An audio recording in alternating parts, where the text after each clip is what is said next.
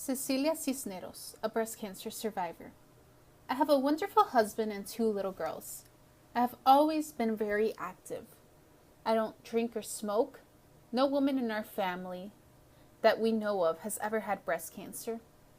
Once in a blue moon, I would randomly check for lumps in my breast. I was in the shower doing a self-breast exam when I felt something that was different than anything I had ever felt before. My stomach sank. I was 31 years old. How could it be cancer?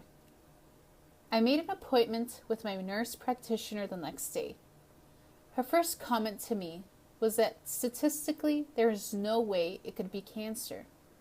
But after the ultrasound followed by the biopsy, I got the news that I had not prepared myself for. It was cancer. I didn't know how to feel. It was all so surreal. I did most of my crying at night when I thought about it most. My family kept asking me if I was okay, and I kept reassuring them I was fine. I didn't know how to explain my feelings of helplessness. I was mad, sad, and confused. The question, why me, kept going through my head. The first thing that gave me hope was when a survivor that I barely knew found out that I had breast cancer and contacted me. She was able to know exactly how I was feeling. That's when I realized the community of women who would become my family. Although my family and friends were so supportive, and I needed them in every way, they would never understand how I felt inside. I was on the road to being a survivor, and I was determined to fight this with all my heart.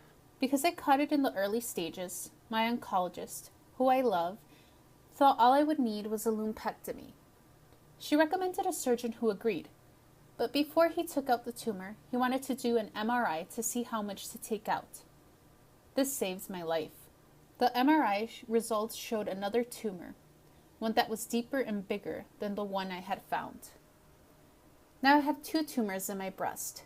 They said that I would have to have a mastectomy on the right breast, and it was up to me if I wanted the left one removed as well. I couldn't imagine ever going through this again, so I decided to go forward with the double mastectomy. Once I felt like I knew everything that was going on, and I had some type of control of my body, I started to feel better. I went into the surgery with a smile on my face. It was the day I would become a survivor. They took 15 lymph nodes out, all of which were clear. During recovery, I had to rely on others to take care of me, which was hard. It took about 6 months to see the light at the end of the tunnel. But I have been cancer-free since May 28, 2009. I have my moments of sadness, and there are days I just needed to cry. But knowing that there are people to talk to really helps me get through these rough days. I don't know when the pain ends, but I am so grateful and happy for what I have.